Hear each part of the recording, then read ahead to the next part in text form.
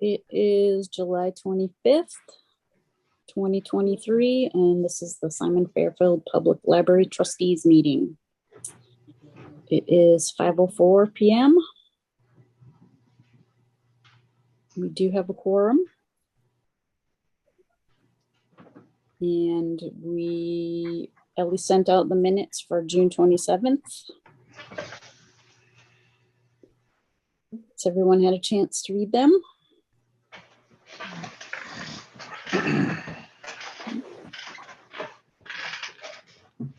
Any questions or comments? No. On the minutes? They look good to me.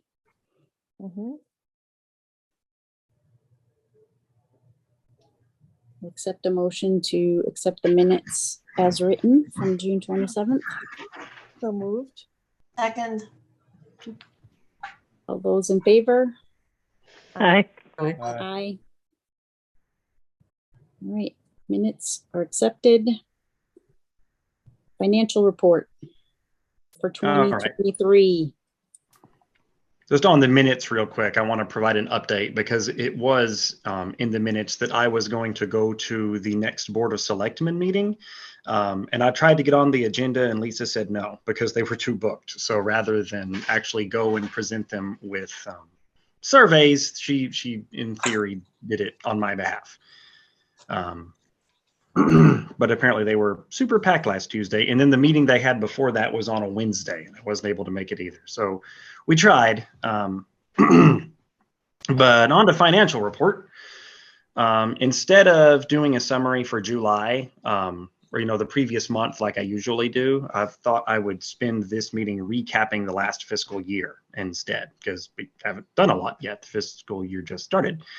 I haven't reconciled imbalances with Jean, so everything here is provisional, but if it's not accurate, there would be a problem. So the end of the year, we ended up turning back almost $4,000 in our personnel budget, since that is kind of calculated by Matt at this point rather than me, and he always goes higher than I do. Operations, we turned back $755.27.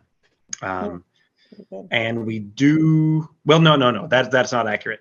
We're turning back $596.72 because we're encumbering $158.55 before. And this is not something I've ever done before. I've always tried to cancel anything I have ordered towards the end of the fiscal year and reorder it on July 1st so that we don't have to do this, encumbering line items from one fiscal year to the other.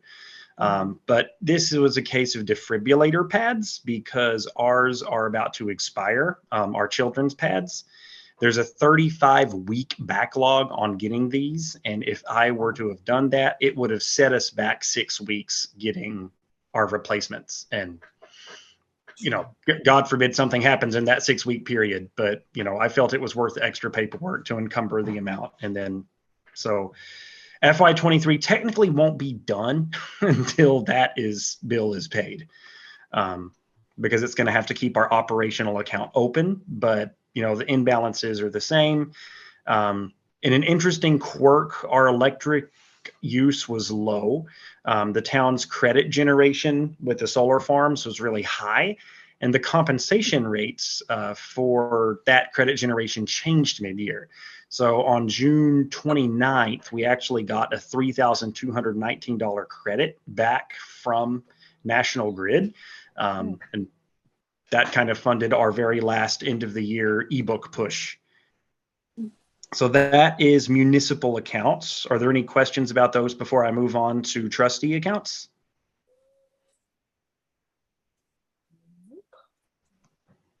Okay. So trustee accounts for the end of FY23. It was a good year. I did all of the opening balances highlighted in yellow and the closing balances in green. And everything went up except for the revolving account, which is circulating fines, because we don't really charge a lot of circulation fines anymore.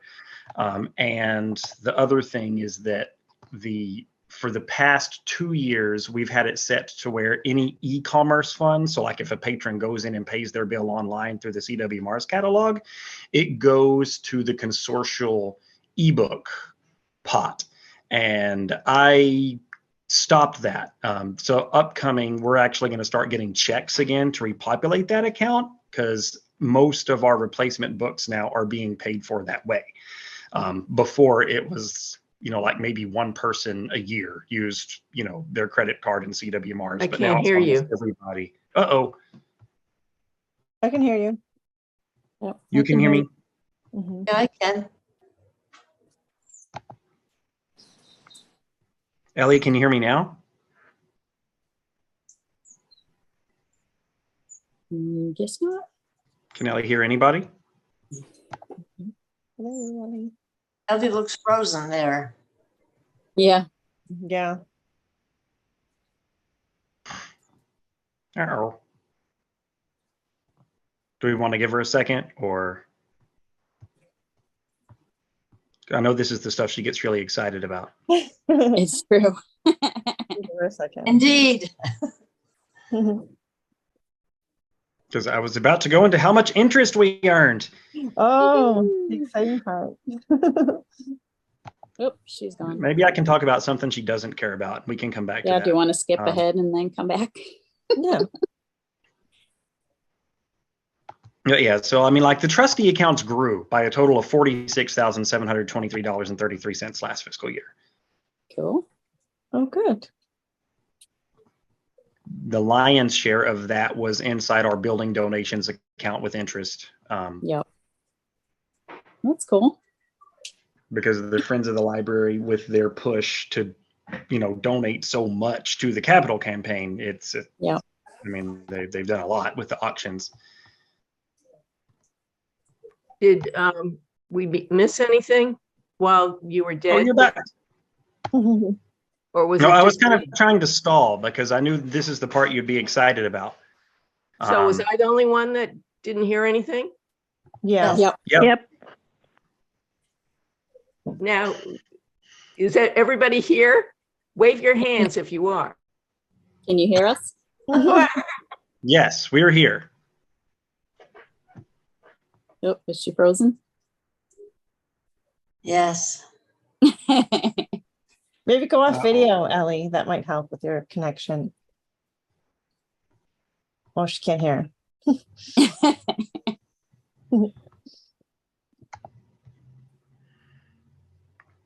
I hear more thunder rumbling. Oh, really? Mhm.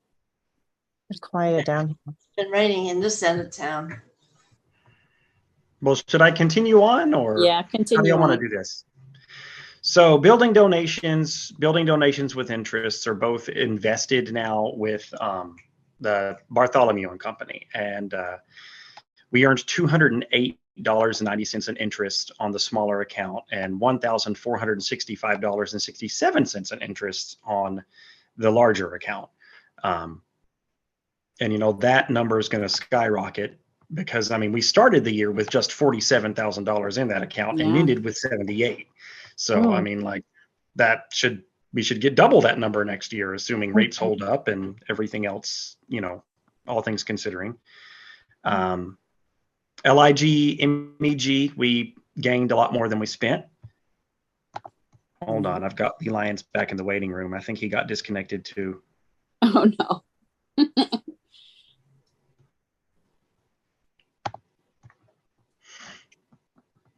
The RS Douglas expendable account, $609.55 in interest this past year. So it grew by that much. The trust fund grew by $40.05. That's also wrapped up with the building donations. And we took in more than we spent in Carrick. So across the board, except for circulating fines, we, took in more than we spent. Great. And oh no. Uh-oh. And, I said before, I'll recap one more time, the trustee accounts, grew, net worth, $46,723.33. And that's the end of that part of my finance report. All right. So do we still officially have a quorum right now? 6. Yes. We Oh, have Lee. 6 people present, but I'm not sure Lee is Absolutely. operational. I'm Lee, are you back. here? I'm Oh, back. he's there. All right. I had no sound, so I had to go out and come back in. I apologize. No, not at all. So that seems to be the problem Ellie's having as well. Yeah, for some reason I signed on early and then I lost the audio.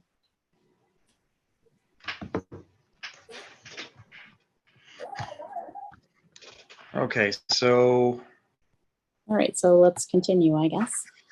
okay. Hopefully everyone will stay connected. Hey, This is, Now that we talked about how much money we have. what are we gonna do with it? Spend some. well, the next is a suggestion for what to do with some of it. I sent this as an email. Should I reread this through for everyone, or did everyone read the email about the cost per circs and understand it? I didn't read it. Okay, all right. So, all right, I'll read this. Our circulation budget is $60,000, and we typically don't spend all of our circulation budget because as throughout the year, when more or when additional expenses end up being added in, unexpected things, they kind of come out of that line item. And how come I want this back? There we go.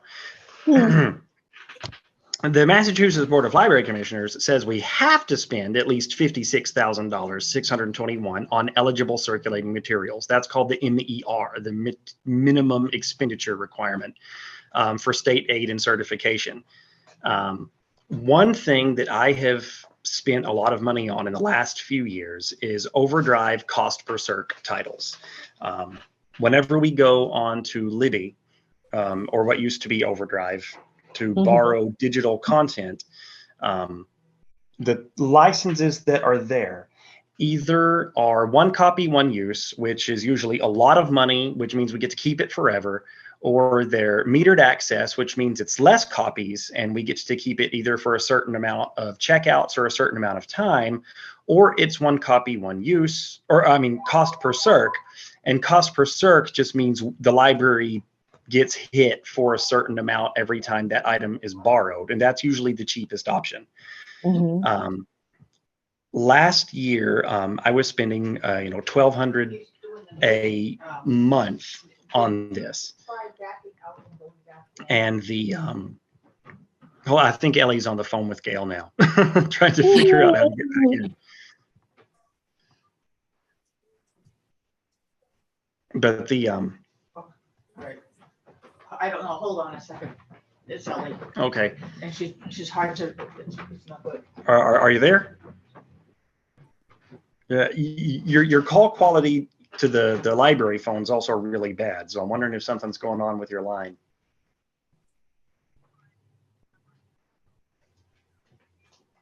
Okay.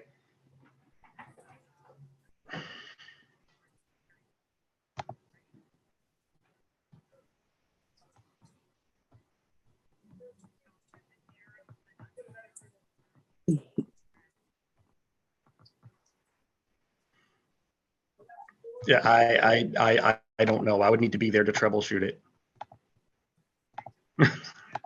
Can she just call it? Oh, she can. Just call the number that is in the yep, and then it'll ask you for the meeting ID.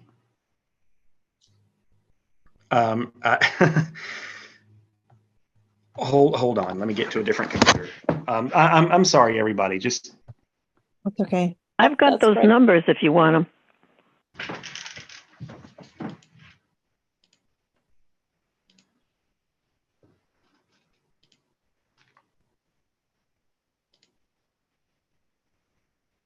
and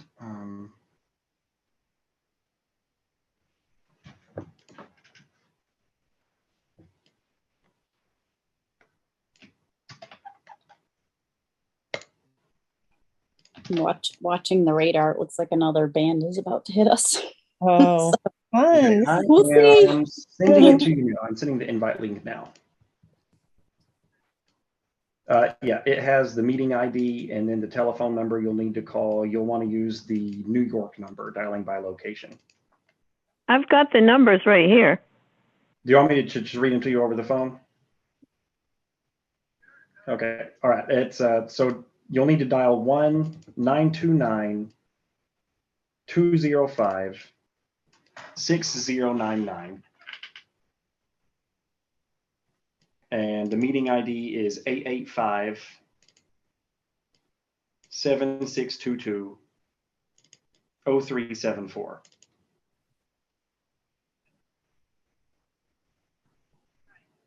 Mine says 0371. We'll see you shortly. Okay, so Ellie is perhaps on the way. All right. I'm just trying to figure out what's going back over here. I'm going to turn my video off just to save bandwidth since everybody's having trouble, and go back to this screen share.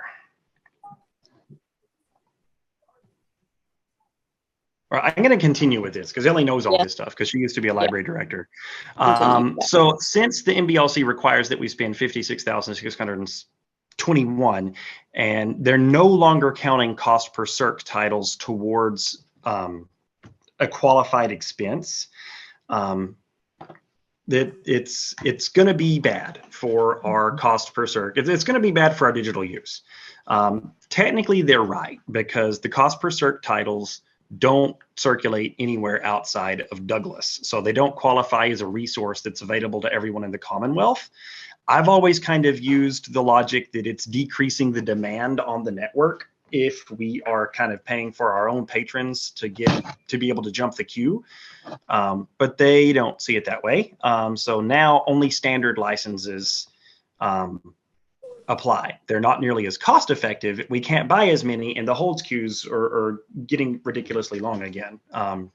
When I was using these, our average wait time was about 30 days. I got it down like hovering between 28 and 30 all the time. I turned it off, on June 30th, and now the holds, estimated wait times are back up into the 70s. Wow. That's how much of an impact it has. 70 days. Yep. So, I mean, the extra padding we have built into the circ budget above and beyond the minimal required expense isn't really enough to, do anything.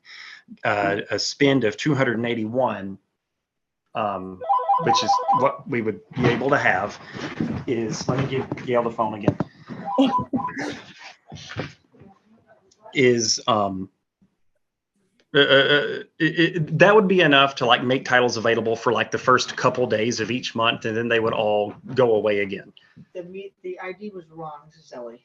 Ellie's telling me the meeting ID was wrong. Yes, the end Okay. is supposed to be 3-1, not 3-4. 3-1. So 3. I mean 7-1. 7-1, not 7-4. 7-1. It's 0371. 0371. 885-7622-0371. Oh, okay. I think our next meeting should be in person, guys. I think it's time to have an in-person meeting. Yeah, I think it's time. I was going to suggest it actually because there doesn't seem much reason. Yeah. Yeah, we should. I Dana agree. said yes. Let's do it.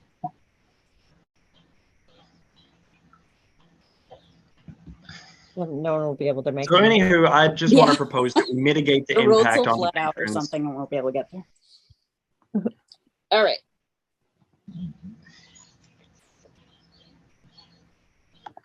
So I want to propose that we mitigate the impact on the patrons with the grant money we took in last year. So we were awarded almost $20,000. I propose we spend $7,200 of that a year. That would provide us a monthly CPC budget of $600, which I would like to apply to audiobooks, since I don't buy physical CDs. That would at least mitigate, the holds queues for those patrons. Mm-hmm. That's the gist of that whole spiel. Okay. So And 70. so that 20,000 grant, Justin, does that have a restriction to it? Like it's for borrowing? It is only? no restrictions. It comes from the MBLC for us to spend on whatever we want. Okay. Okay, that's certainly a good use of the money.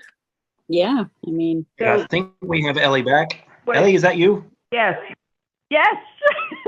yay. Let me get my, boy, that was crazy. Okay, go. Okay, so we're talking about the proposal to use $7,200 of grant money to provide a monthly audiobook CPC budget of $600.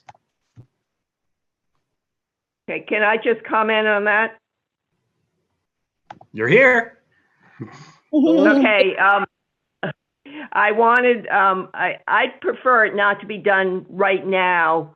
I'm surprised that you do spend a specific, divide everything by 12 and this much for a month and stuff, because I don't know. I find that weird, but I'd rather wait and see if you actually need it, because you had money left over in your book budget. You always have money left over in your CW Mars budget. So could we wait a little bit for that? No, well, the CPC budget is a monthly, like the way it works is there's a toggle you have to set in Overdrive that says I'm willing to spend certain amount per month. And then you can enable titles one by one based on, like their costs, like this title costs, $2 per patron. You can check it or uncheck it, but you also have to set the monthly budget. So it does have to be spent month to month on the circ per circ stuff, because they send you an invoice at the end of the month based on usage. Mm-hmm.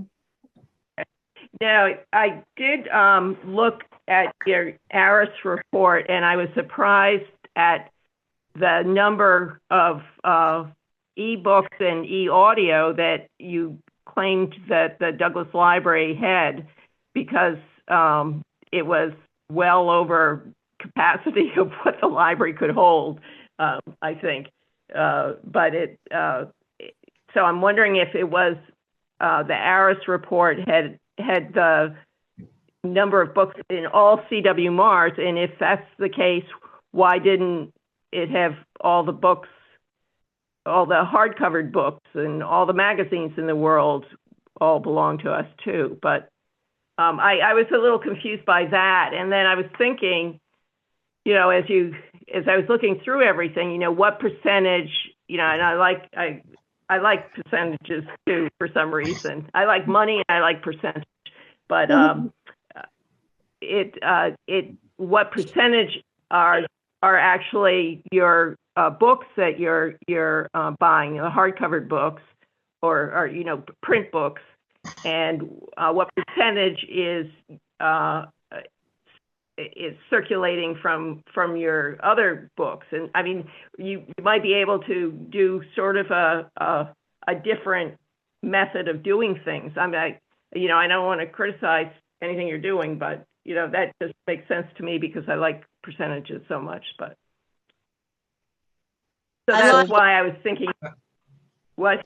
Go on. Go ahead. Just a perspective from a family that does a lot of ebooks and audiobooks. 2-3 month holds are just awful.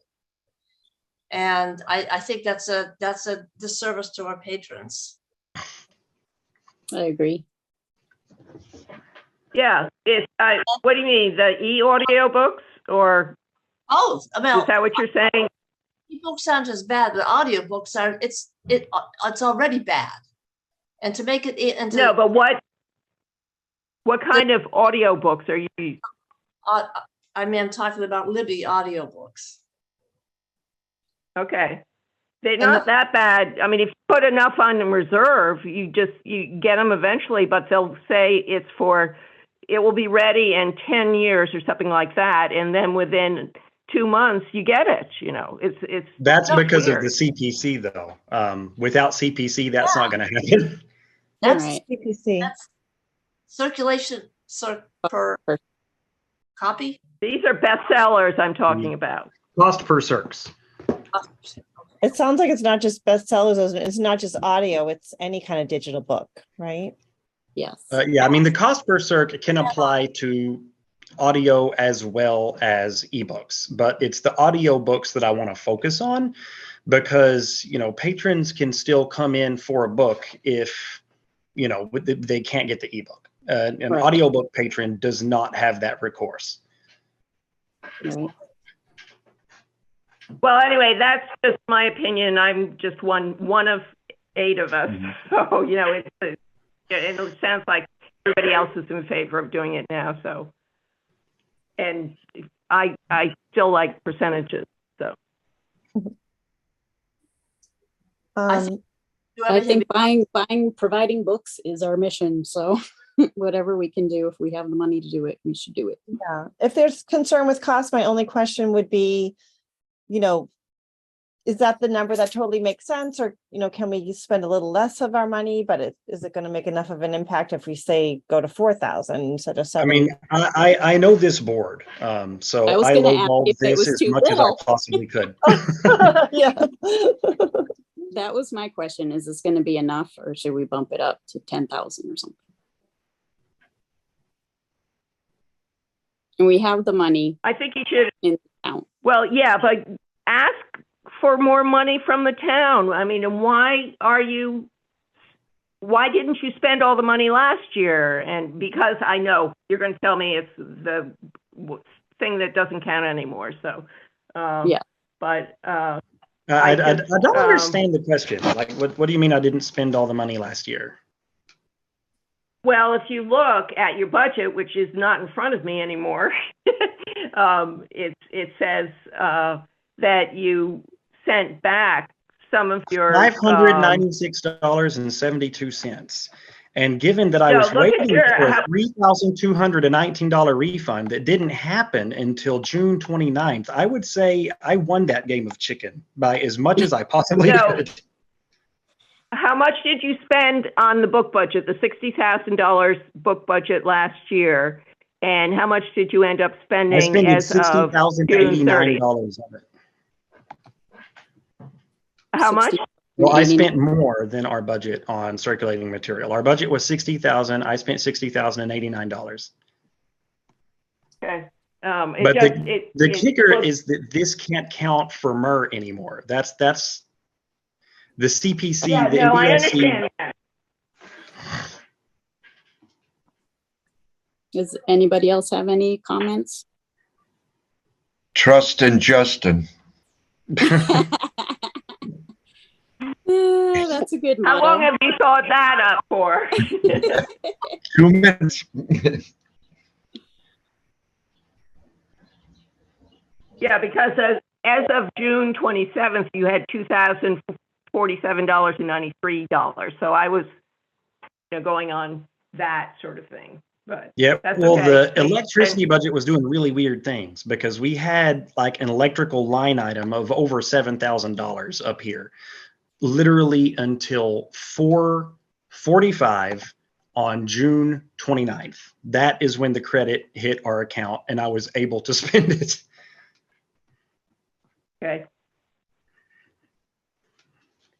So what's the motion, or is there a motion? There's not one yet. So 7,200, are you comfortable with that number, Justin? Do you want to try to go for that's more? the number I wrote up. So it's, if it is a low ball amount, but I want to see what it does before committing anymore. You know what I mean? Okay, we could revisit it later. When you Can we, said you wanted $600 a month, suppose 1 month you don't spend all that, can you move it to the next month? And or have you got to, even if you don't want anything that month, do you have to spend up to $600? This was only half we- what I was doing before, right? Yeah, we Yeah. won't have any trouble spending the $600. That's probably still going to cap people off about like the last week of July, depending on what all I enable. And then on like the next month, the holds will deliver on the first day of the month, whenever the budget opens up again.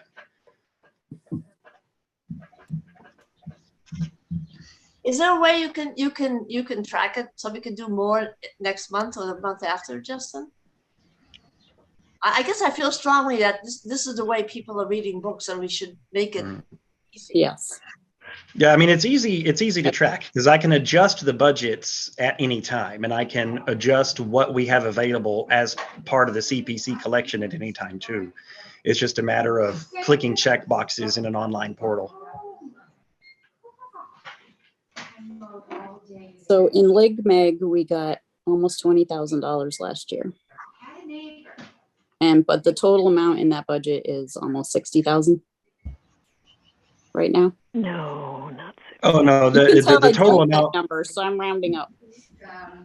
The total amount would be 7,200 for the Right, year. but what we have in the account is almost $60,000. No. Yes. Okay. All right, I'm going to complicate things by asking a big picture question. So if people are going more towards digital and audiobooks, then we're just going to have to keep bringing it out of our own pocket, right? Not getting it from the state. So I'm not opposed. This is from the LigMeg is from the state. It's the state grant. Well, the MBLC grant. Okay. So I'm not opposed to spending the money. I'm just thinking big picture. Is there some way to, the library, like the librarians as a group or in this area are, kind of protesting or figuring out another way long-term that we can cover the digital loans? Does that make sense? Well, we do have, Joe McKenna is co-signing that legislation to try to cap the cost of audiobooks in Commonwealth. That's our best bet at the moment. Okay. Everyone should. I mean, the problem write is to just, Joe like McKenna and tell him we want that. For cost per circ, I can put, we can put an audiobook in a patron's hands for like, $3.50 to $4 every time they check it out. If I want to buy a one copy, one use title, that's $90. So, and that's, and like the super popular ones can be $120. So, I mean, like the initial buy-in to get an audiobook is ridiculous for public libraries, which is why, I don't want to spend my money there because it's robbery. It is, but I do. But a lot of this is our mission, so if we have to take it on the nose for a little bit, we should, as much as we can. So what are you proposing to, because I sort of like what Betty said, and then I liked what Justin said, where you could adjust it month to month. You don't have to commit a specific dollar amount right away for the whole year. I do have to put $1 in right away for the month. For the month, but yes. You can switch it month to month. Yes. Okay. Yes, I can switch it mid-month if I want to. Like if I have a CPC budget of 600 and we're at 200 and it's July 15th and we have a budget crunch, I can just turn it off. And then it'll stop.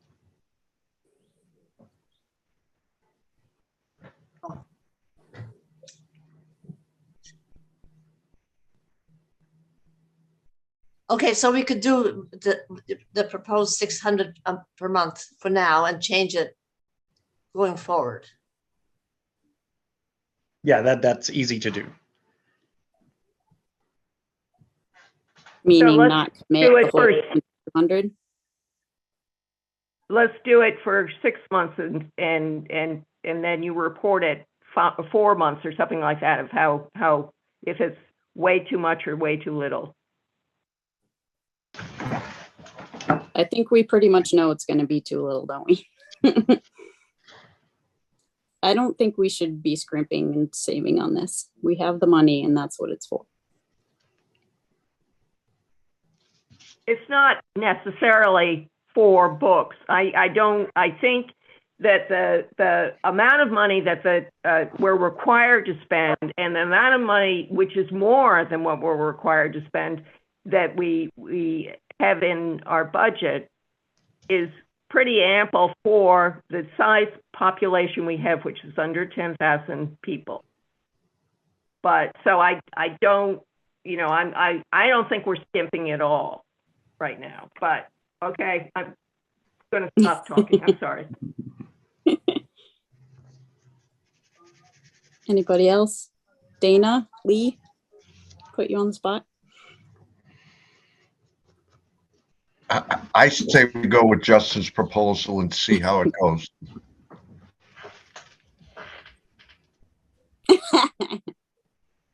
Dana has no opinion. I was gonna say, I like the idea too, that we can, there's, you can turn it off if there's a budget crunch or something like that too. Like there's not a lot of.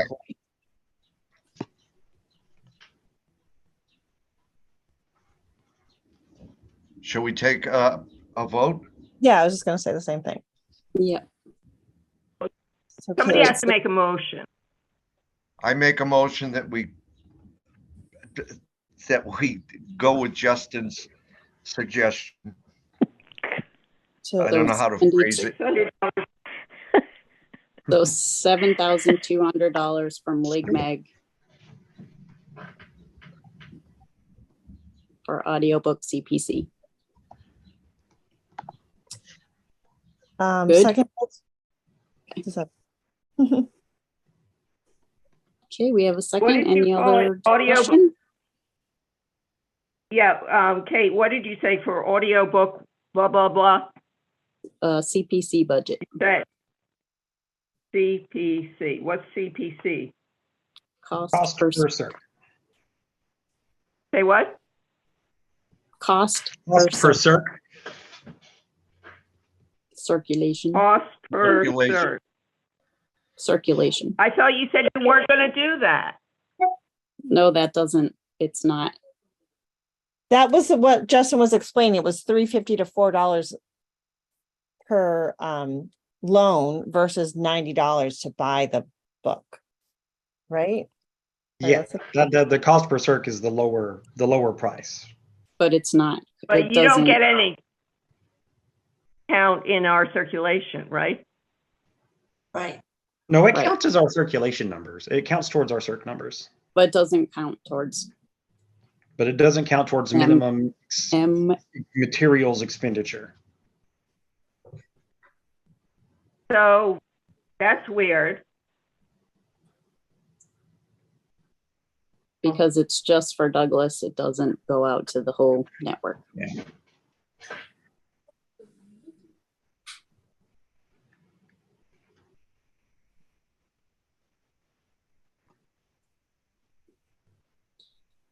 All Well, I right, made a any motion. other- Anybody second it? Yes, Don seconded. Now we're just discussing. Any other discussion? Or do we want to move to a vote?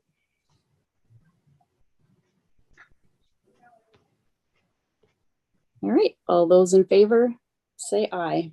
I. Aye. Any opposed? I All right, one opposed. The motion passes. Need a gavel. I know. Boom. Thump. Okay, so do you want me to fly through the director's report? Ooh, that was very technical. Yes, director's report. Similar to finance, this is an annual breakdown instead of a July breakdown.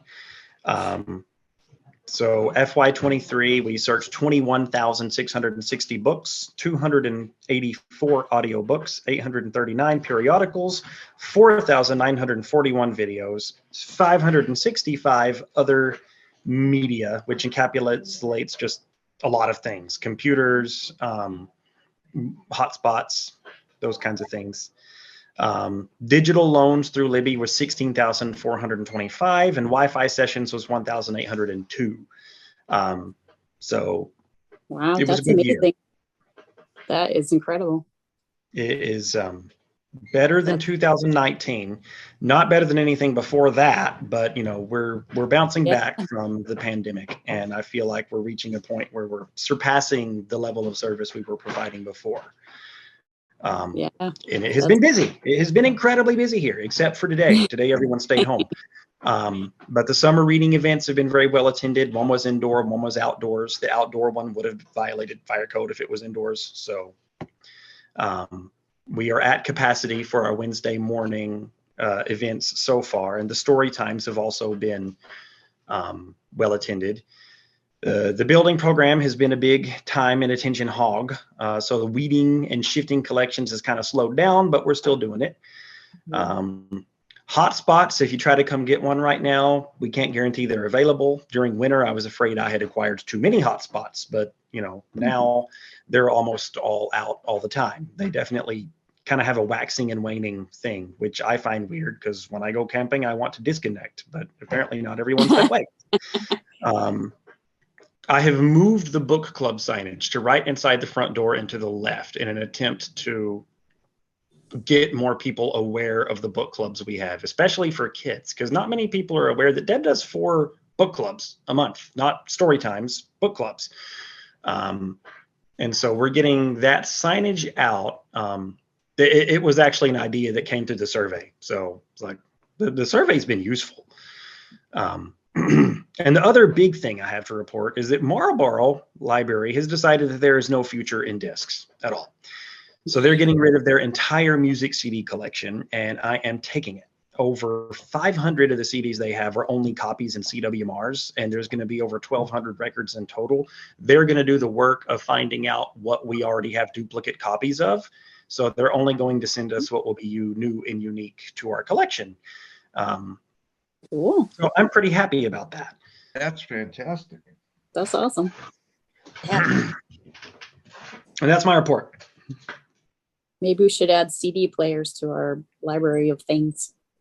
It's something I've really been looking into. I don't even have 'cause one I've anymore. also been looking into trying to find a good CD player for my kid. And in the process, it's like, these would be great to have for the library. Yeah. That would be cool. And if we circulate it, it can qualify towards our materials expenditure requirement, There we but go. not ebooks. All right, that's cool. On to old business, building projects, building program. Busy. The building program has kept us busy. We've gotten 189 responses to the survey. Actually, it's more now. I wrote this yesterday. I'm hoping to get to break 200 before considering closing it. Mary kind of wants me to close it soon, I think, because any more responses are going to make it harder to compile, but that's not my problem. The focus groups and the public forums are done. The attendance at the public forums last Thursday was a lot less than I wanted, and a lot of people who said they would come didn't. But I think that the quality of the focus groups made up for it. We had very good focus groups and a very broad survey response. I sent out like a very sad email about how I had one response from 19 to 25-year-olds in the last newsletter. That made me 9 more. I asked my 20-year-old, but I don't think he complied. There's still time. Get Massimo to take the survey. Come on, tell him I'll find him if he doesn't. I don't think his was very positive, so I said that's okay. Something. I mean, he just doesn't use it. Not that he didn't like it. Mm-hmm. Well, I want to know why. Yeah. And what he wants to be here, in 5 years, whenever he's starting a family in Douglas and right. That jazz. And so anyway, we're working on the data interpretation, and we're using that to project collection sizes, seats, how spaces should be configured and mishmashed. And we've reached a point where we're going to have to start asking the question, do we want to make this building program a grant eligible building program, or do we want to make it, a building program that is more in lines with the minimalistic and not quite so invasive renovation that we've imagined more in the past, number of years. Mm-hmm. Because right now, some preliminary numbers can accommodate 14 people in our public areas on the main floor. That's not counting Hello? our office space. Okay. And it's not counting our children's programming space, like just people coming in off of the street, looking for a place to sit down and, read, play with train tables or whatever. We've got space for around 14 people on the main floor. A minimally grant eligible requirement is going to require space for about 50 based on Douglas's population projections moving forward. And that is on the low side. If we want a competitive application, it will need to be closer to 70. Wow. In the total library or on the first floor? Just places for people to be. So like that wouldn't count program space, or because that would need to be apart from where we're having programs and events and clubs and functions and whatnot. So after we add this, enough space to accommodate 50 to 70 people coming in and hanging out, they're also going to want us to have, the reservable meeting spaces and the rooms and the extra other things. Trying to figure this out, is also dovetailing with, there's three things to consider. One, they're going to want us to build bigger, a lot bigger than I think that we have been prepared to imagine. Two, we're not going to be able to present a valid application without really resolving the air situation, because one thing they're picky about right now is, the legal framework behind the property that they're investing in. So they're not going to accept a grant application if we don't know exactly what will legally happen to this building if it were to be abandoned, repurposed, or destroyed. They need answers to those questions. So that's something that I have punted to the town administrator, to punt to legal counsel. And then the third piece is we still have to do a conditions assessment if we want to apply for this grant in March 2024. That's between a $10,000 and $60,000 investment. I'm assuming it would be closer to $10,000 for a building our size, but I can't say that with confidence. Mhm. And that So- Are a lot of obviously is- people, So the conditions assessment. are a is lot of looking at people- Our building as is. are a lot of people applying for the building grant, Justin? Yes, it's going to be quite competitive. Okay. And what was your question, Kate? So the conditions assessment is just looking at our existing building and seeing if The it's, conditions assessment is hiring an engineering firm to basically come in and poke and prod and determine structural weaknesses and do an evaluation and basically tell us what we would need to do to make this building, code compliant, better, modern, up to date. I don't even know what all. It's a Yeah. technical thing. and we still need to come up with a second site in order to And if the apply conditions for assessment the grant. turns up things, I mean, this is Matt Wojcik's concern, the town administrator, is having to do a conditions assessment without knowing whether or not your construction project is ready to hit the floor can really kind of bite you in the butt. Because what it will be discovered in that conditions assessment is, we don't know what can be discovered in that conditions assessment. This is a 1903 building. And it's one of those things that, you kind of prefer to happen right before construction, not years before construction, because if Right. something is found that requires an immediate fix, then, you've got to do it. So I'm hemming and hawing to the point, we have to do the soul searching question now, either at this meeting or the next meeting, of do we have faith that this grant application process can get us where we want to go. And I know from talking to board members individually and talking to patrons and talking to town administration, that there are very, very, very mixed feelings on this. But it's one of those things that I think if we want to go into this March 2024 application, we do all kind of need to believe in the grant. And if we're not there, I think it would be better to not, and to wait until the next one, see how the first grant round goes, continue what we're doing, fundraise. We've gotten some nibbles on the $500,000, name a room in your honor sponsorship on the Friends auction. And I don't know, this is something I've been struggling with for, since we started this process, as you all know. Like, do I recommend going forward with this grant application or not to the board? And I think that a lot of it is really just dependent on the board and whether a super majority of the board believes in this process and has faith in it.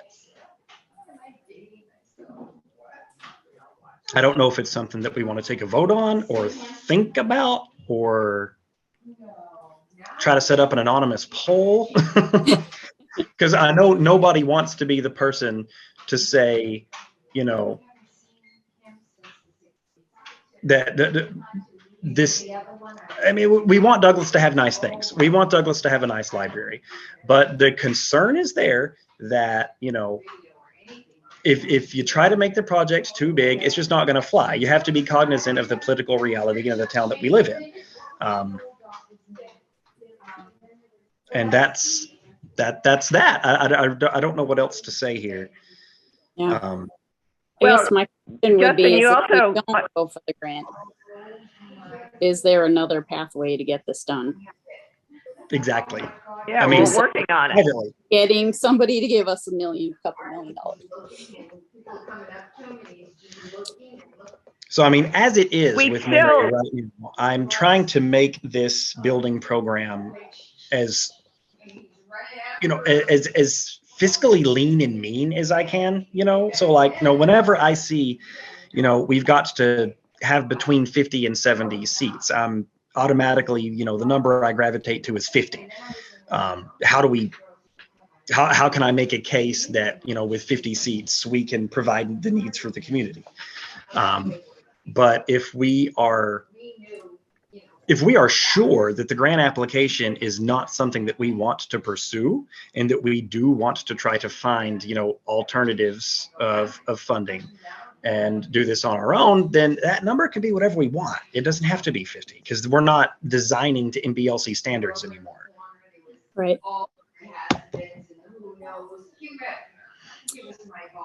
That said, if we do want to apply for the grant, we do need to start doing legwork on the technical thing, the building conditions assessment. So what the work Can I say something? Oh, sure. Sure. Yeah. Go ahead, Ellie. Okay, I just, I'm one of those people not in favor of applying for this grant.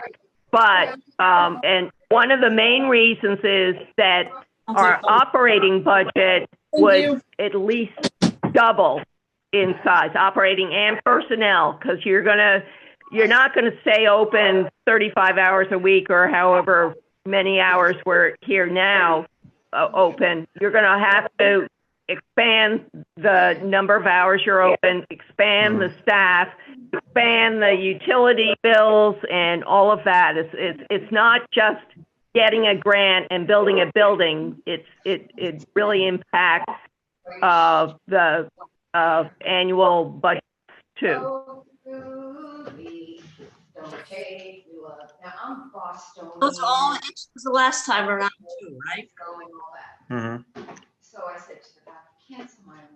And I mean, going from 14 to 50, I honestly think doubling That's our daunting. operational cost is conservative. I mean, I think, building to this is going to do more than double operational cost. Mm-hmm. And Has so anyone, building inspector or anyone, told us that the second floor is fine for load bearing lots of books, so that we could maybe make it into a second floor if we had an elevator? Has that been certified yet? No, that would be something that would come out in in that conditions assessment. Yeah, I don't want it to go to the conditions. I want to know if we No. could do it privately, just on our own. We would, if we wanted to make that a usable second floor, we would probably have to do that privately by somebody anyway, wouldn't we? Mm-hmm. You know, if we wanted it usable space. I mean, there's a whole floor up there. We could put a lot of rooms up there, a lot of things up there if we had an elevator that went up there Mm-hmm. without would be increasing the expensive. footprint. And you're talking about the attic area. Yes. Okay. So I'm sorry, is that Betty's question finished? Can I ask something? Yes. Okay, so basically there's the alternative that Justin's suggesting, or offering, the other suggestion is if we go through the MLBC grant, we've got to do a much bigger library than we want. And maybe we're not ready for this either. None of us seem to want a really ginormous library. And then, we've got more options. And also it sounds extremely competitive this go around. I forget if we were to go that route the next time, is it 4 years, 3 years, 5 years? I don't remember. They're saying a 4-year turnaround. I'm personally guessing 5. Yeah. Okay. Say 4 to 5. Because I mean, this last turnaround was 10 years. That's why this one is going to be so competitive. Right. And then but the work that Mary's doing for us, that's still, I mean, there's no reason we can't use that at some point we're going to have to do something about the access. So there's no reason we can't use that. Still, it's obviously not only tied to the MLBC grant, right? Absolutely not. No, I mean, the building, this has just been a data collection process, basically, because now we know what people want. And, she can apply that to the seating charts and the graphs that we're working with right now, is just trying to fit as many of those wants into a space and trying to figure out what can be interoperable. Could we have a room that was, like a children's space in the morning and a teen space at night, and that kind of kill 2 birds with 1 stone. And questions like, if you have, a study carrel, can you lop off a private meeting room that someone wanted? But the question is, do we finish this building program to MBLC standards, or do we finish it to smaller standards? Because if we finish it to MBLC standards, it's eligible to use for the grant application. If we tell Mary we want to go smaller and pare it down, then it will no longer be eligible for MBLC grant funding. We'll have a more accurate, roadmap to what we want. The advantage to doing it to MBLC standards, even if we don't decide to apply for the grant, would be that we would have a document that says, this is what we need. Look how much we're paring down to make that more cost effective. You know what I mean? Yes. Yeah. There's advantages to both. I mean, my leaning would be try to pare it down now if we're not going to go for the grant. That way we have something that's more usable and workable in case we do get a monetary windfall. And then 5 years from now, or 4, if we need to redo it, it's $8,000. We will have gotten twice that much in grant money the year before. But in the meantime, we may have been able to make progress on the things we want. Okay. Well, I know what my decision is. I don't know if we're going to vote. Oof. Okay. Do you want my opinion, my torn, personal but- opinion on whether I think this grant is right for Douglas? Yes. I think we know what it is, but tell us. We can guess. I don't. I really don't. I want it to be, but it's not. Right. Yeah. That's kind of how I feel. I'm getting to that point too. I'm thinking it's not right, because we don't want to have to build a mega library and then, a generation later we're like, well, I was on the trustees then, but we kind of got, pushed into this corner, and that's not what we wanted. We just want to make it accessible and have a bathroom. Say that just. And I get where they're doing. I get where the NBLC is coming from, because they, like a library renovation is a once in a lifetime opportunity. They want to do it right. They want to do it for the future. But I mean, 50 to 70 seats, my God. That's Yeah. a We lot. already did that in the last grant round that we got approved for, and it got voted down. We didn't want 4 times the size of the library. And Right. And that goes to Justin's point, where if the trustees are not all behind it, then it really has no chance of the public being behind it. Yeah. I think. Right. Anybody else have a Now, leaning? when the meeting that I went to, it wasn't a focus group, it was a public forum. And it was in the morning one, so I couldn't hear the one in the afternoon or the evening one that well. But the morning one, Patrice was talking about getting money from McKenna.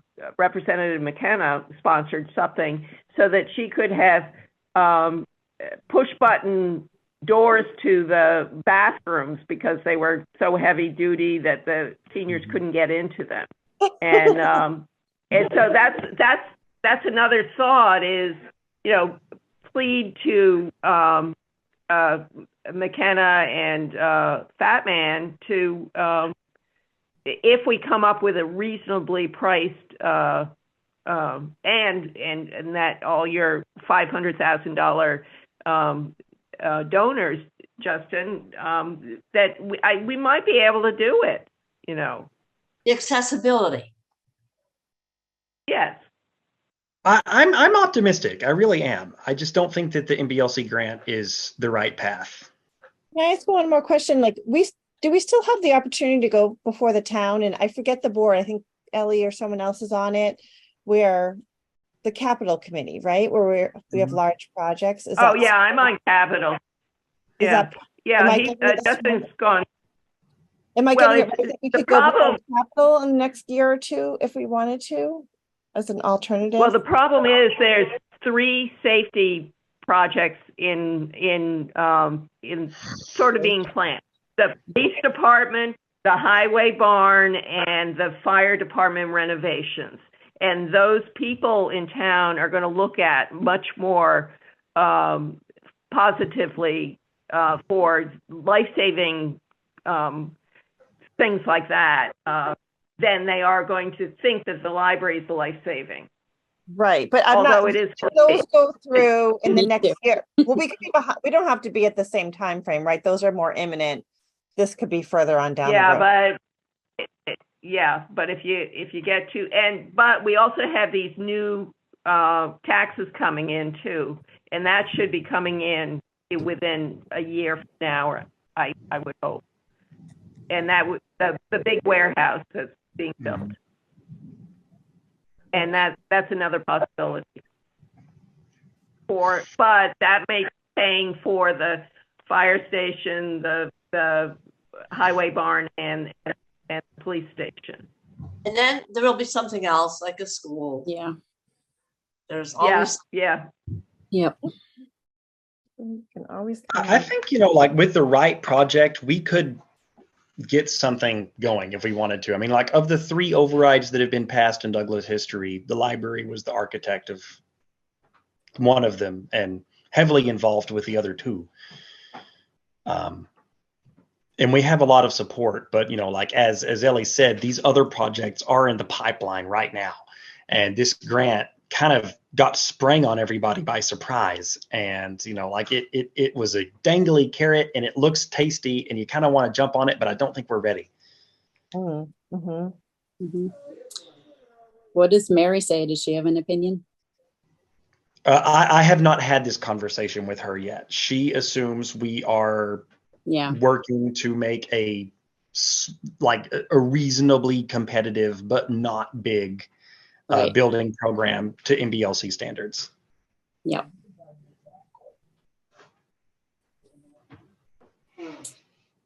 Well, do we want to vote?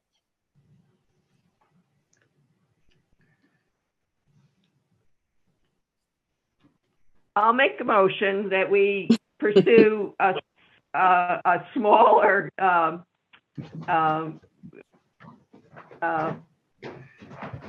pared down renovation of the library as opposed to the MBLC. I move that we do not pursue the MBLC grant.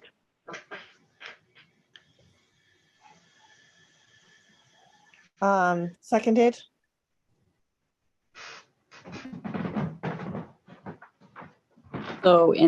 So then we would instruct Mary to make the building program. Work with the building, All the minimally building. invasive, I think. Yeah. That's a tough one. I mean, but it's hard to see how the MBLC grant is going to work at this point. Mhm. Yeah, but I thought Mary was going to give us options as well, as that she wasn't concentrating 100% on the MBLC grant, that she would provide us with options from all these focus groups and public forums. Yep, That was and that's what we're going to I start kept on working on. asking that, and Yeah.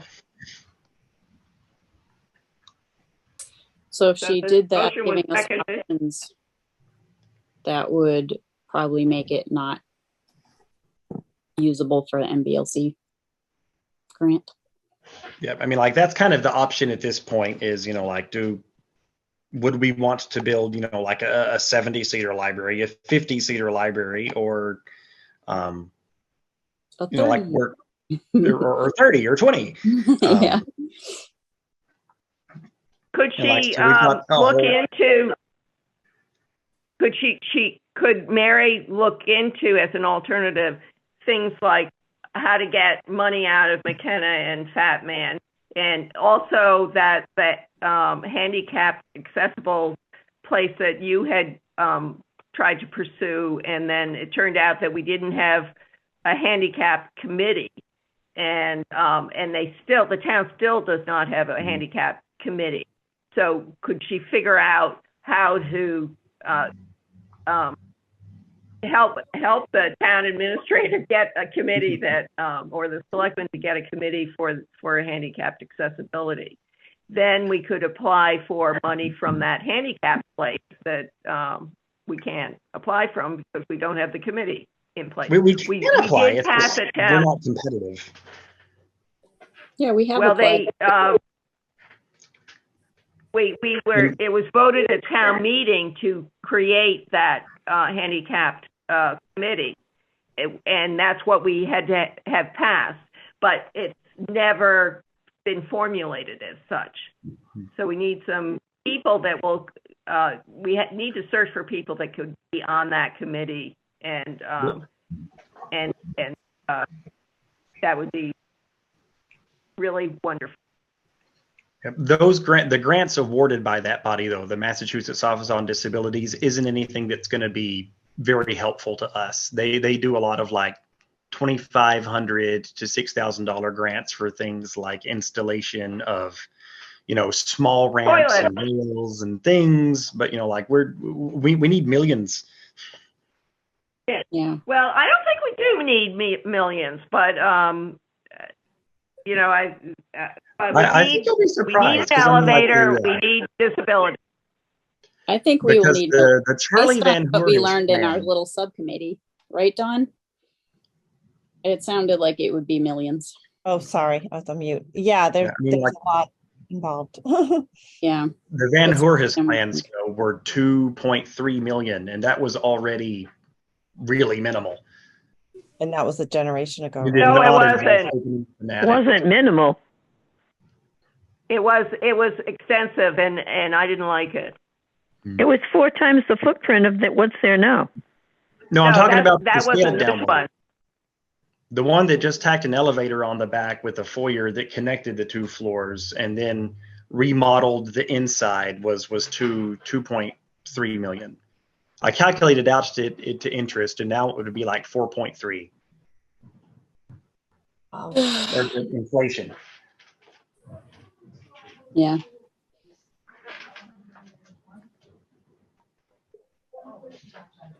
Well, we have to go to some kind of a handicapped architect and find out if we put on a bathroom and we put an elevator, do we also have to make the stacks wider everywhere? Do we have to move all the stacks?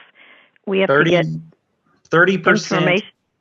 If we spend 30% of the assessed value of the building, which we pretty much would for any major project, then we have to go to full ADA compliance. Oh, okay. Good. That's what keeps us And from maybe we should do it a thing at a time. That's what we were thinking, right? Do a thing at a time so that we didn't pass 30%. Do one thing this year and another thing next year. Mhm.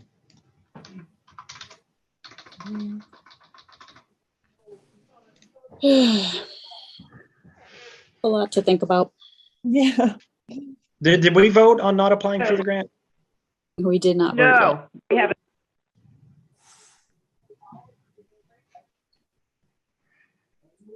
After that, Ellie asked if there were options that Mary would provide.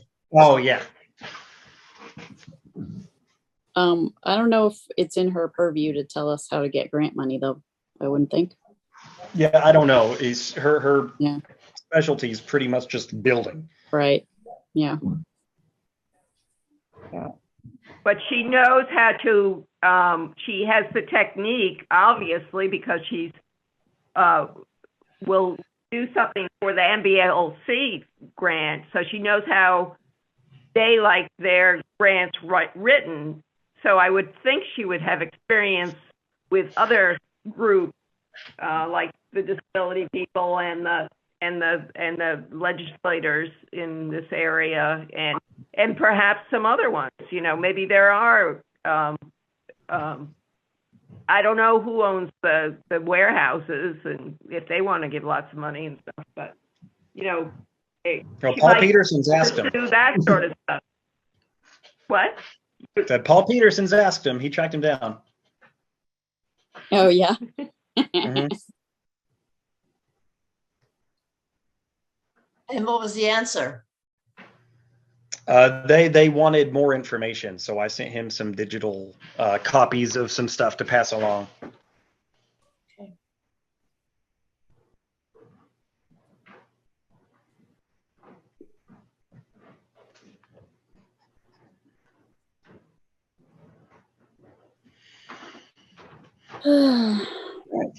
Anything else I need to address here or talk about, or?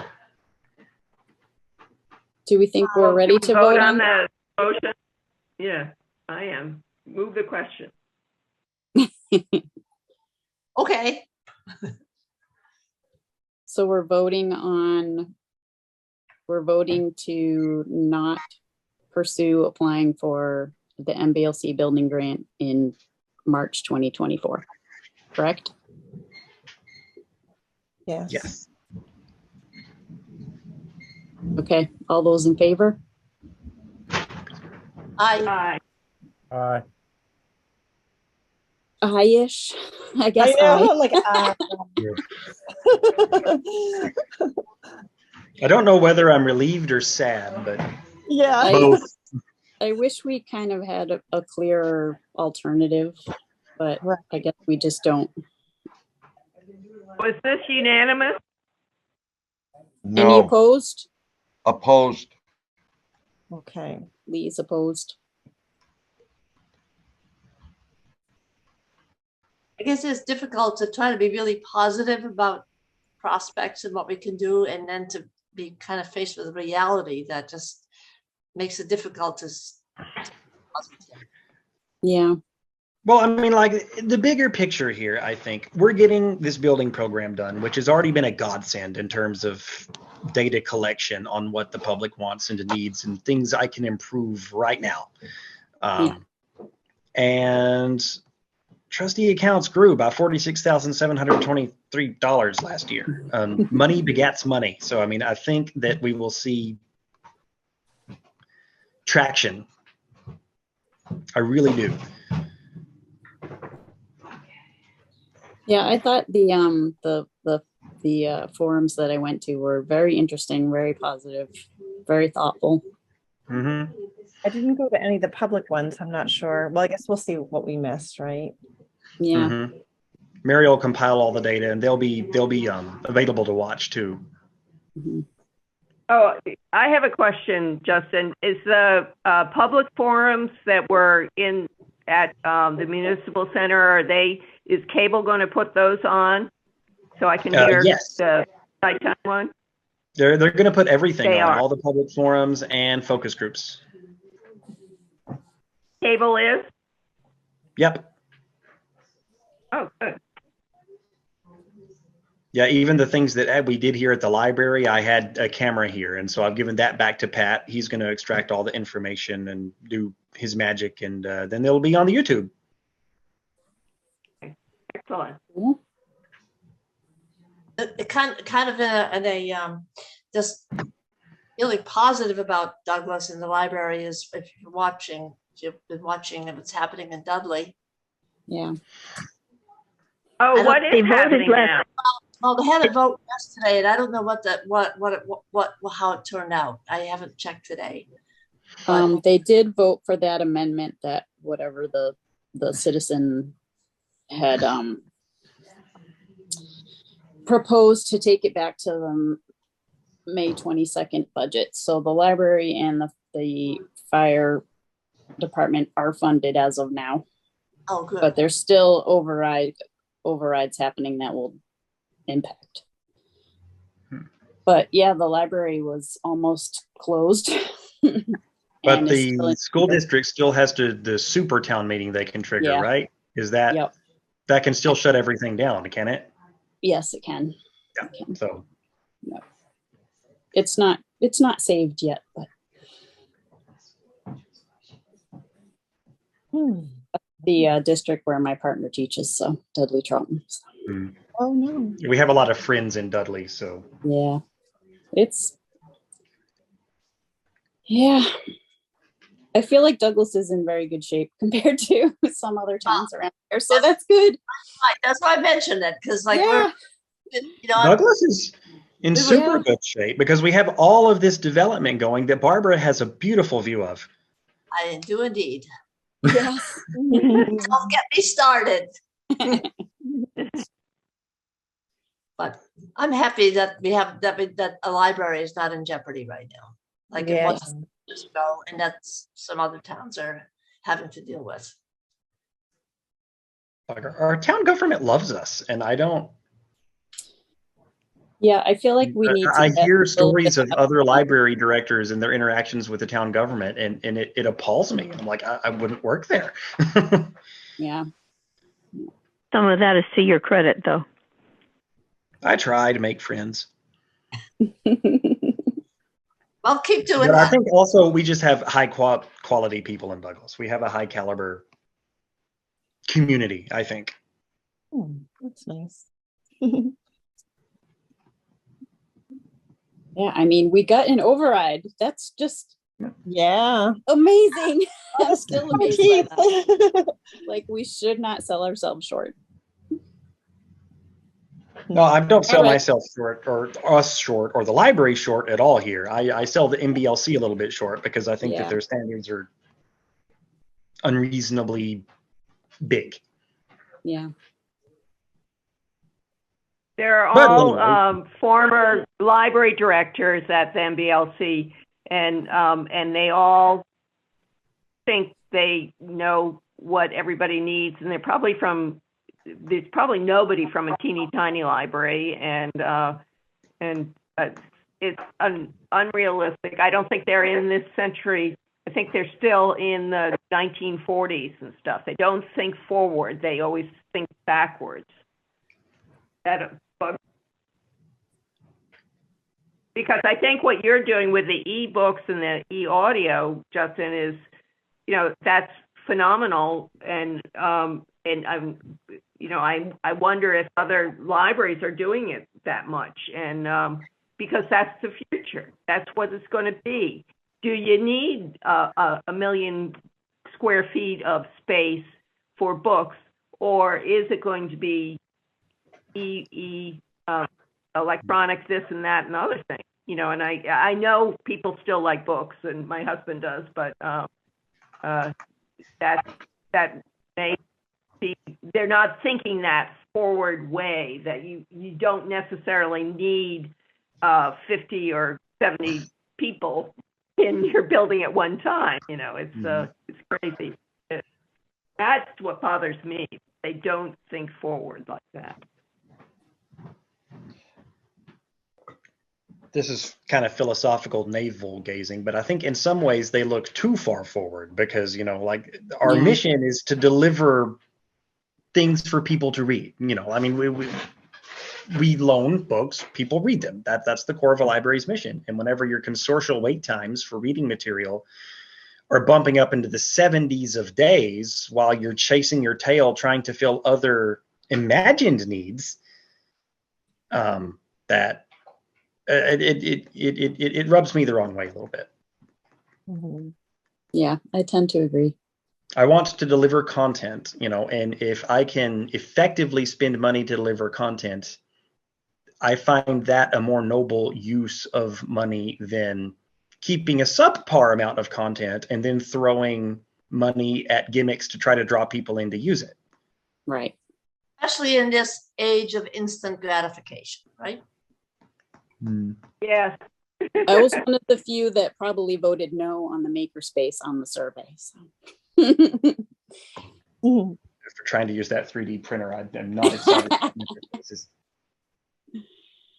But like that's another thing that's coming out in like the building program is like, do we actually want to have a makerspace, or do we want it to be like a crafty kind of space? Because looking at what people asked for, where do you satisfy, or where do you focus your ability to satisfy demand in a way that you'll really be able to do it? I mean, I think a huge problem, and I mentioned this with tech labs and 3D printers, is, I mean, just if you look in the high school, they have some really state-of-the-art machinery, which is just in a dark room, but the door never gets opened to, because somebody thought it would be a great idea to have it. It was exciting for a couple weeks, and then they realized no one really knows how to run the bloody thing, and so it's just there.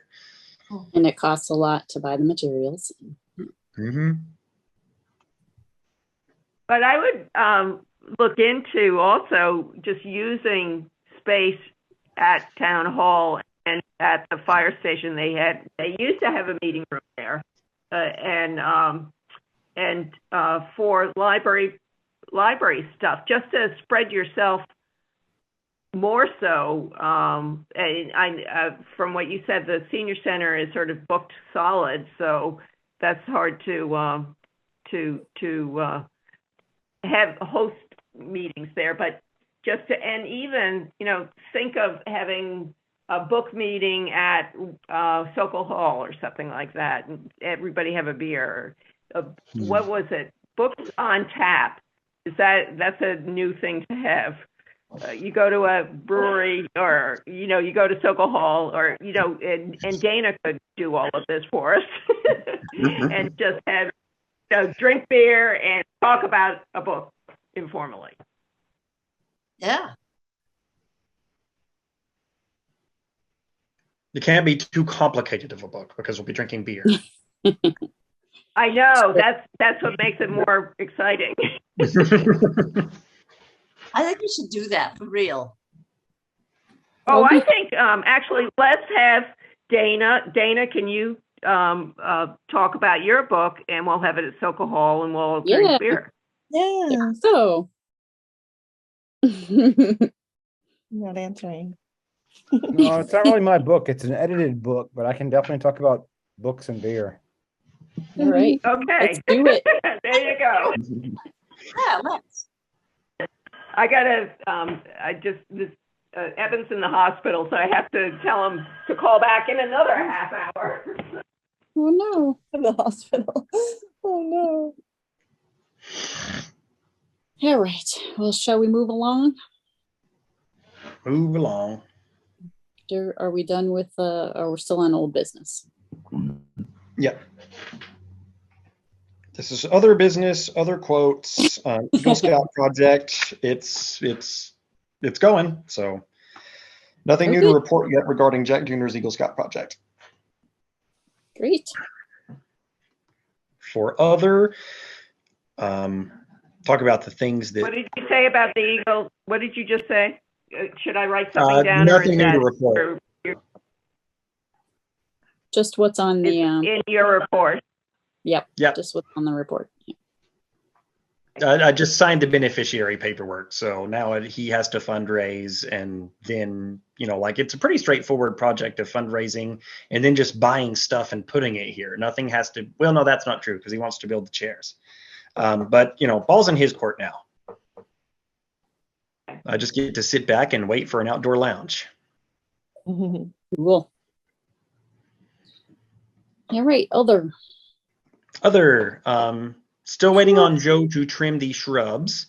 But while I was wandering downtown a few days ago, I stopped and just chatted with the Rhoda's landscaping people, because they do a lot of downtown landscaping. We see them here a lot. And I told them what we were about to do. They said that after the shrubs are trimmed, they could maintain them for 3 visits per year, $150 per visit. So a total of $450 to just keep the shrubs looking pretty, so this doesn't happen again. That would include trimming, mulching, and poison ivy treatment so the vines don't grow back. So I would like to just integrate that into our annual budget, so that we're actually maintaining our grounds. Sounds good. So Makes that would sense. be put in your budget for next year, right? I think we could cover it this year. I mean, our budget has wiggle room built in, so integrating it into the operational budget this year wouldn't be a problem. Okay. Sounds good. Sounds good. Build Max, that's who I would like to come give us a quote on doing the brick repointing and some work in the basement. Don't have availability until September. That's why we haven't been able to get in touch. But they said that this would make a better winter project than a summer project anyway, since it's indoors and it's not time sensitive at all. So I said, okay. They've given us good deals before. They've worked on the building a lot. They've done the repointing on the outside. They fixed brick in the basement before. They know the building, and Adam likes them a lot. So I'm willing to wait if everyone else is. There's some crumbling on the front steps too. Yeah, that is, Adam theorizes that we're using a bad kind of salt, which this winter we're going to switch, and hopefully it's going to stop ruining the stairs, because we have gotten the stairs repaired more than I think is more than I would like. Yeah. I don't like spending money on the stairs every 2 years.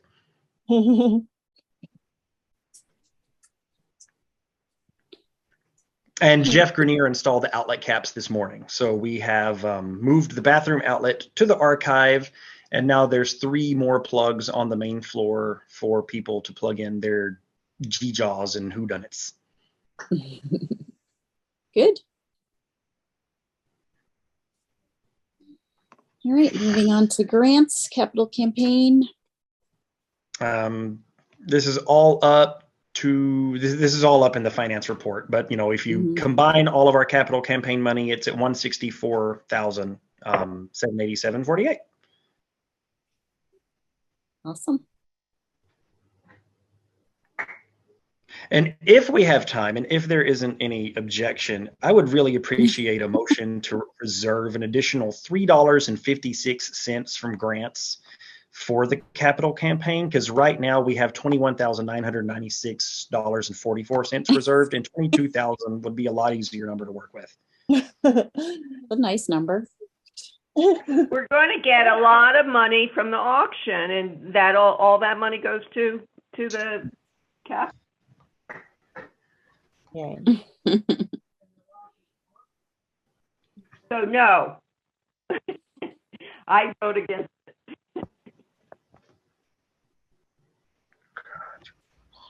Anybody else want to make a motion? When I come in tomorrow, I'll give you $3.56. Well, it's not the total. It's like what's reserved out of the grant account. So like the grant account, you can't put money in the grant account. I'm sorry. Oh, you just want to move it basically, right? No? Yeah, so like once upon a time, we reserved this amount, 21,996 from grants just to bring our total running total at the time up to like a nice even number because it would look good on the sign. So it was a random amount. 356 would make it an even amount. But if there's no appetite for it, then it's just a record keeping thing. I'll take a motion if someone wants to do it. So moved. I can, All those in favor? I think I know. Any discussion? Yeah, I'm not, it's always going to be not even. So get a life, will you? Oh, I'm not an advocate of reserving any more from grants because I like to keep that fluid. But you know, it's just if you're okay doing the math on minutes all the time of subtracting 21,996 and 44 from whatever the running total of the grants is, and be my guest. Every time I have to do it's tough, but it's all right with me.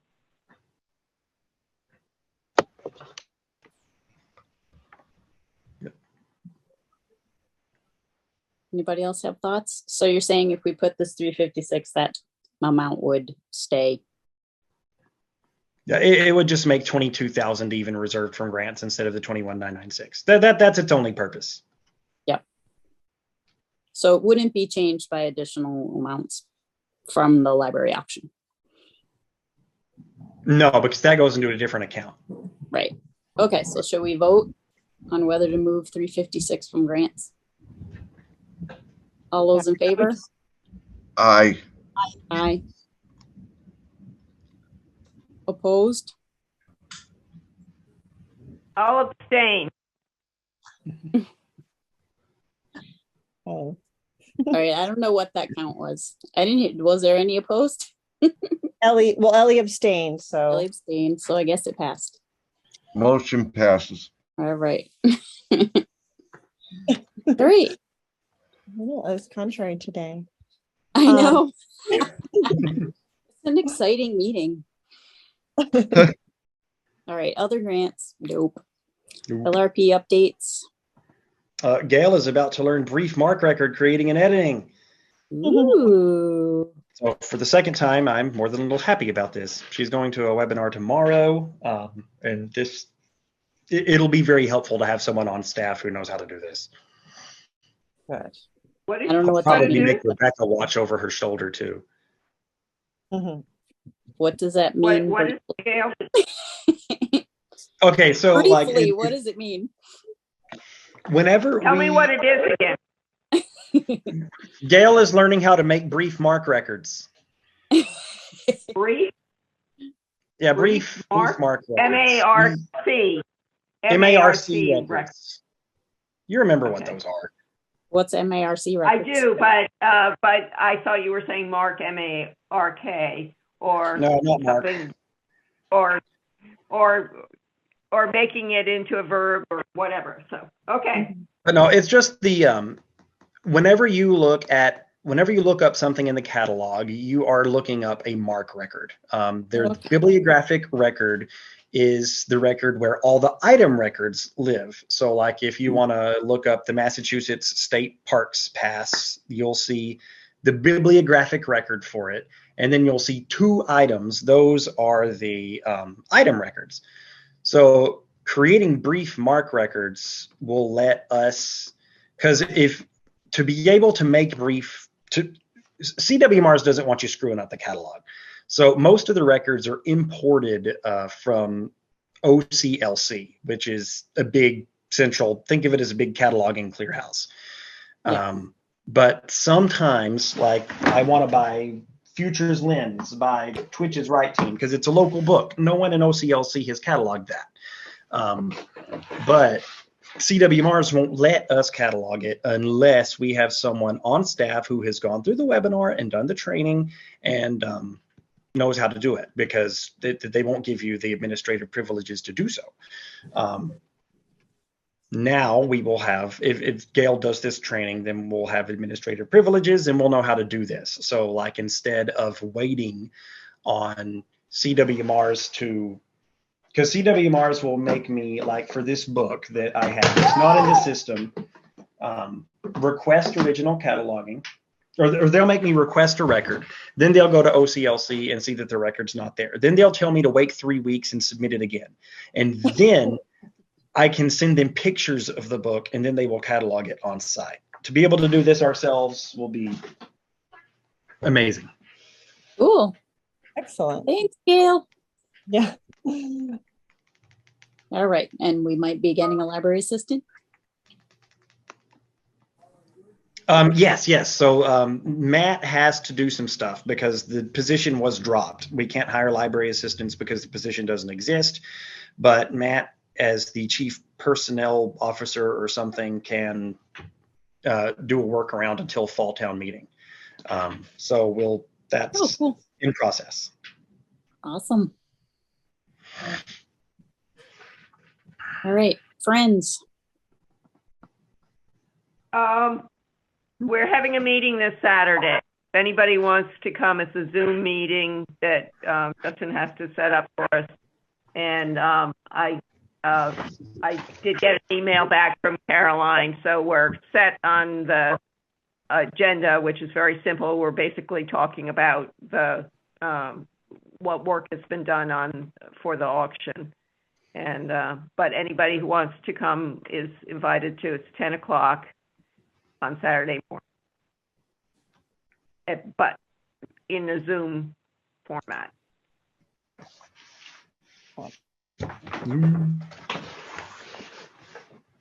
Great. Any other friends news? Oh, somebody just joined for $20.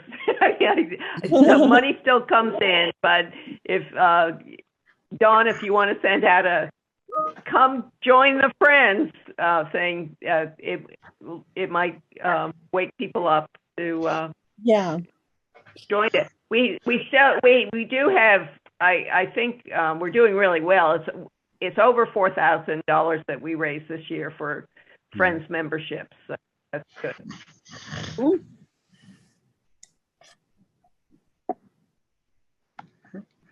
All right, we're ready to get back to 1,000 books. 1,000 books before kindergarten. It's been tabled since February, and now where did it go? Now it's summer. Was it February? Oh my God. Yeah, that was whenever we first proposed it. Oh my God. Okay, so back in the day, we proposed the program. Can y'all all see this? Yep. Did y'all all get a chance to see the email? Yes. Yes. Yeah. Yeah. Ellie, you said no. You can't see it? So I can't see it now because my phone isn't giving me a picture of it. But she read it.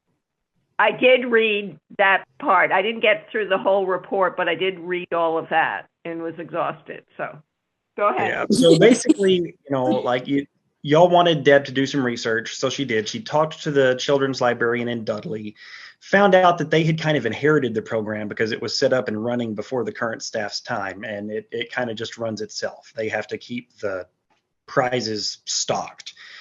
And their prizes are quite a bit more extensive than what we wanted to offer for prizes because, at 100 books, they get to decorate a bag. At 200, they get a book, then a gift card, then a Lego kit, then a wood art kit, then 2 movie passes. And, towards the end, you get to Davis Farmland passes. And, we don't want to do that. For one, it would be expensive. And for 2, we've canvassed our patrons, talked to the parents who Deb does book clubs with. And I've talked to the people that I know. And I even started a thread in one of the Facebook homeschool groups. And unanimously, to the person, everyone would prefer that just the prices be books, not Lego kits, art kits, movie passes, and things. That said, I was talking to my wife about it, Carrie, and she thinks that gift cards or cash should be a part of the Prive system somewhere, because they're a strong incentive for lower socioeconomic strata parents. And, unfortunately, you do have some people who just do it for the prizes. So me and Deb chatted this afternoon and proposed that when you sign up, you get a tracking sheet, bookmarks, and a book to get started. And then after you've passed 100 books, you get to pick a treasure from a treasure box, because Deb already has one of these that she uses for summer reading, and she stocks it with stuff she picks up from the dollar store, stuff she picks up from, Oriental Trading, that kind of stuff. And then at 200, you get a book. At 300, you get to pick something from the treasure box. 400, you get a book. 500 is halfway through. So we wanted to have gift cards that Kay could pick from a local business. So a $10 gift cards to either get pizza or a donut or something. And that can be, the prize that's kind of thrown in to keep the parent involved, like I can get my kid food. Then it's 600 a book, 700 treasure box, 800 book, 900 treasure box. Then at 1,000, another gift card, a certificate, and then a write-up on the website and the blog, send a submission to the papers, because completion is its own reward. They don't need an incentive at that point beyond that.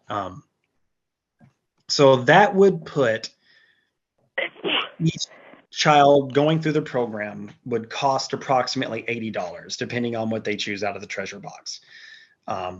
And then through the course of it, if they stay through, would generate 10 library visits unless they claim more than prize per visit, which isn't disallowed. And then, throughout the process of picking the prizes, they would get, 5 books to add to their home library, which we feel is important because it's the biggest, impact on, future success of children is their access to reading material at home.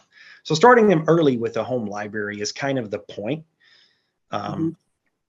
More so than reading 1,000 books before kindergarten, and then establishing that library engagement. So that's the proposal after it's been refined for 6 months. Yeah.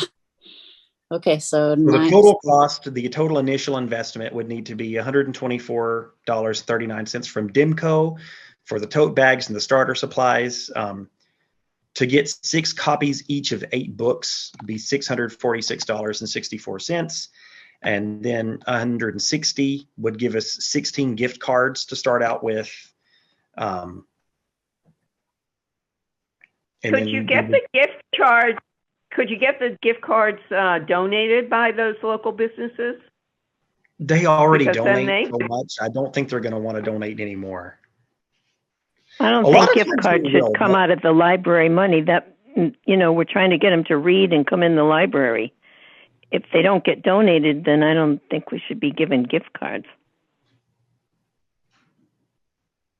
But the gift cards are extra incentive. Where does that fit in the budget line?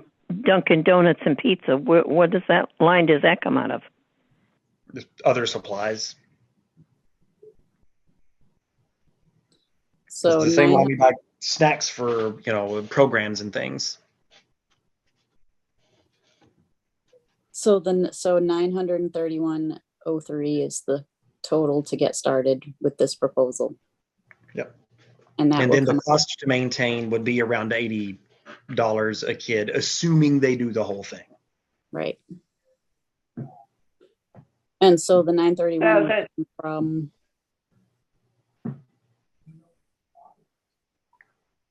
maybe I would propose grants. League Meg. Mm-hmm. That sounds good. That sounds very reasonable to me.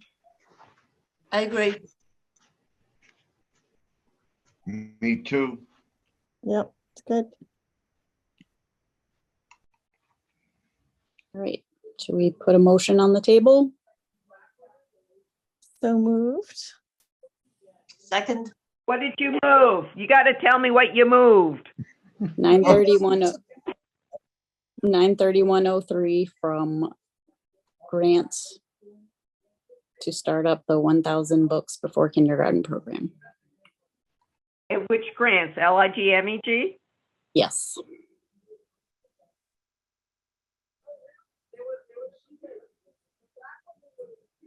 All right, any other discussion? Hearing none. All those in favor? Aye. Aye. I, Any opposed? Any abstentions? Is that a word? Yeah, I didn't vote, so I'll abstain, but, It's, I would just make a note, just, well, you have, it's fast, I get, the two of the 4 gift cards are like seasonal. Yeah, that was, I'm not sure. I found out that Deb has some ideas for vendors. Because Ice Cream Lady is seasonal. Weston Creamery is seasonal. So, I mean, we may want to offer those in the summer and then not replenish the supply close to winter and then replenish them with something else. Is there another one? And that's- some of it will probably also kind of be going around and poking and, you know, like, because when you offer to buy gift cards, a lot of times they do end up coming for free. Yeah. Or 50-50, like buy a couple and Mhm. they'll get a couple. And finding out, you know, who will be willing to work with us that way will be probably also determine who ends up in the gift card cycle. Yeah. All right. Cool. We finally did it. Okay, get back to the All other screen. right.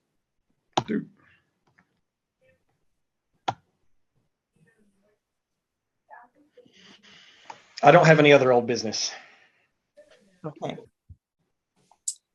Oh, right. First Amendment audit. Oh my God. Okay. Just 2 more things. This one is, I would like to add a line to our patron behavior policy under the things not allowed, that taking photographs and or recording videos of library staff or patrons without their permission is not allowed. Without an explicit policy in place saying that's against our patron behavior policy, we actually can't ask anyone to stop without violating their First Amendment rights. But if we make it a policy, then it can be enforced because a library is a limited public forum and we are allowed to curtail First Amendment rights, as long as it's policy, if it, you know, for things that, you know, would interfere with our ability to operate. And like our big thing is, you know, you come to the library to be able to read and you come to be able to do it unmolested and without what you are reading being posted to the internet. So I feel like this policy would be important to add since it's become an issue. why are they doing it?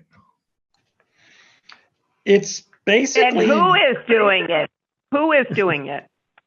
First Amendment audits are, it's a very informal kind of citizen audit of public spaces because like the First Amendment protects your right to free speech. Part of that is the ability to record and take pictures. So what they're doing at libraries is just coming in and usually as a group, everyone with their cell phones on, and trying to go everywhere that they can, unless there's specific signage that says they can't, and record everything. And then if they're able to come in and, you know, do this and leave, then you have passed your First Amendment audit. But if you ask them to stop or tell them to leave, then they will try to escalate the situation to create a scene, and then you fail the First Amendment audit. So I would, Justin, you had said that this happened actually in Worcester County a week or 2 ago, and there were 4 incidents. Have Yeah, there it been, happened have there been for, any others? yeah, they've hit up Pepperell since then and another library, but I don't remember which one it was. So, well, okay, what so was the first 3? first It 4. was, I don't remember. They Because were this all is the north first of- time I heard this before. I'm wondering if it should be a town-wide, or, you know, should be coming from the town administrator. He they were talking about flag flying at their last selectmen's meeting, and which flags were allowed, and it's the U.S. and the state and I think the town flag. But I guess that means that rainbow flags can't be flown by any municipal building.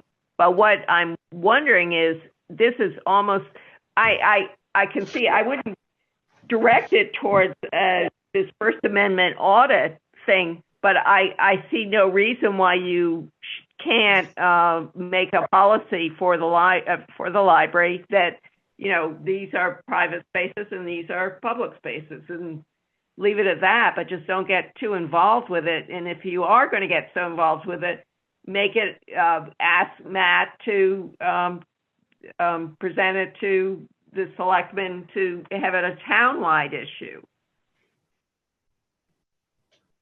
I think the other municipal spaces are different than, it's not a Yeah. limited public forum. Yeah, which town they- hall actually has to follow different limitations than we do. And they got town hall. They went to town hall a couple months ago, and they were all in the finance director's office trying to take pictures of everything they could. What is their I goal? think we should. Go ahead. I think we should just do our own for the library. What Justin suggested.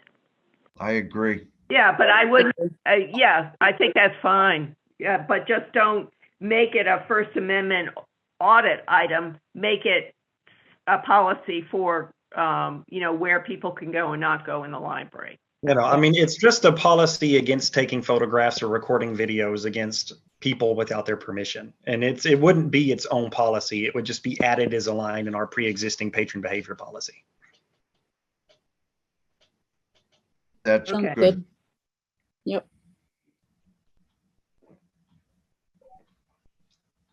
All right. We have a motion to add that line to our patron behavior policy. Seconded. All right, all those in favor? Aye. Aye. Aye. I think we missed getting a motion, but okay, I guess we got it. I think Yeah. we got the second. Vote before behavior. All were in favor of the second. Yes. Hopefully this will never be necessary. And, if First Amendment auditors do come and they're not, abusing patrons, and patrons are okay with it, I'm happy to give them like a tour and be friendly, make friends, and, hopefully turn it into good publicity. But, there are been some instances where they start. I mean, it just depends on who's doing it, because you can get people who want to start a fight, and sometimes they will target a patron. Sometimes they will target a staff member. And if you don't have a policy saying, you can't record this patron, then you can't ask them to stop. So you need to actually post that somewhere, right? For people to see it. Yep. As soon as it's part of our policy, it's part of our policy. You can Okay. always just hand a person a policy and say you're not in compliance. Yeah. So you don't have to actually post it on a sign or anything. You can No, it just- doesn't have to be posted internally, Like a neither policy visibly. manual, part of the manual. The manual. All right. Okay, door counter. This is the last money I want to spend today. I want to purchase a $500 door counter. We've gotten 2 cheap ones in the past. Neither one of them were very accurate. They both wore out within 2 years. This one uses AA batteries instead of scary, weird hearing aid batteries. And it tracks hourly traffic and syncs it to an app. So we'll be able to generate detailed traffic study instead of just, because the door count is the only reason we did it in the past was because the NBLC requires you to report an estimated traffic count. Knowing how many people come in every day isn't that useful, but knowing how many people come in between 10 and 11 o'clock every Thursday and being able to graph that out would be useful. I think it would be Especially with as useful to many know people how many talking come about in every wanting day to too, do hours. because it would be good to know how many people come in daily, just in comparison to how many people go into town, the municipal center, how many people go into the senior center, how many people go into the fire station, blah, blah, blah, police station. That's a way to sell for, listen, this building is being used, instead of the community saying, oh, it's just a library. You'll say, well, this is how many people walk into it all the times that it's opened. I think it's very important, but it will help you in other ways too. Yeah, it's being used. Right. Yes, exactly. All right, so I someone move want a motion? that, I'll move that we spend $500 for the store counter. And can this come out of LIG MEG? Yes. Yep, We didn't spend it all on those ebooks, did we? we still have some left. All right, do we have a second? Second, All those in favor? I, Aye. Aye. Any opposed? All right. Door counter. We're gonna have some stats. Ellie likes her stats, her numbers, percentages. I do. They are very useful. I like numbers. Yeah. It's good that you do. Well, Gene really needs an assistant if you want to work for the town. I saw that. No, It's getting pretty I'm bad. too I old. mean, it's things are going to get ugly if we don't hire an assistant finance. Aw. Hire her an assistant soon. Uh-oh. Awesome. Do we want to make our next meeting in person I vote Yes. for that. But or Or- hybrid? oh, I just want I wanted to say that Betty no, what's her name? Chris Furno asked me if we were ever going to return to the municipal center for our meetings. And I said, not until March 31st, 2025. So I'm hoping I wasn't lying. And she said, okay, I was just checking. We don't have to do every meeting in person. No, we don't have to. I looked up the Yeah. law. It says they've extended it to March 31st, 2025. So, I just think it'd be nice. Yeah. And if I'm saying what do you that, want to see? Well, will it be hybrid like the Conservation Commission so that some people can be home and some people can be there? yeah. And we will could it still do count as a quorum if somebody is not there but online? yeah, I think so. that. Yeah. Would. Could be. All right, Let's do it. So let's do it. I love not getting in the car and driving down there and coming back. It's saving the planet by not driving so much. Well, you We can stay carpool. home Fuck. and do it on Zoom, and we can all meet together. Okay. Of course, it's a little All right. different. We'll have a little party over here. Betty, you can come here. It's harder in the winter, right, Ellie? It's true. What? It's true. Harder in the What? winter. When it's dark outside, it's I- harder in the winter. Yes. Oh, well, maybe. I like not having to go to meetings. It's much more comfortable here. I generally agree, but I think it would be nice before I become a complete hermit and never leave the house. No, that's what we're becoming. This is wonderful. This is looking forward. No. Okay, so we're meeting. When is this? August something or other? August 22nd. When's the next? Okay, and you want to meet at the municipal center, so I'll have to tell Chris that I was fine. Yep. I can tell her if you want.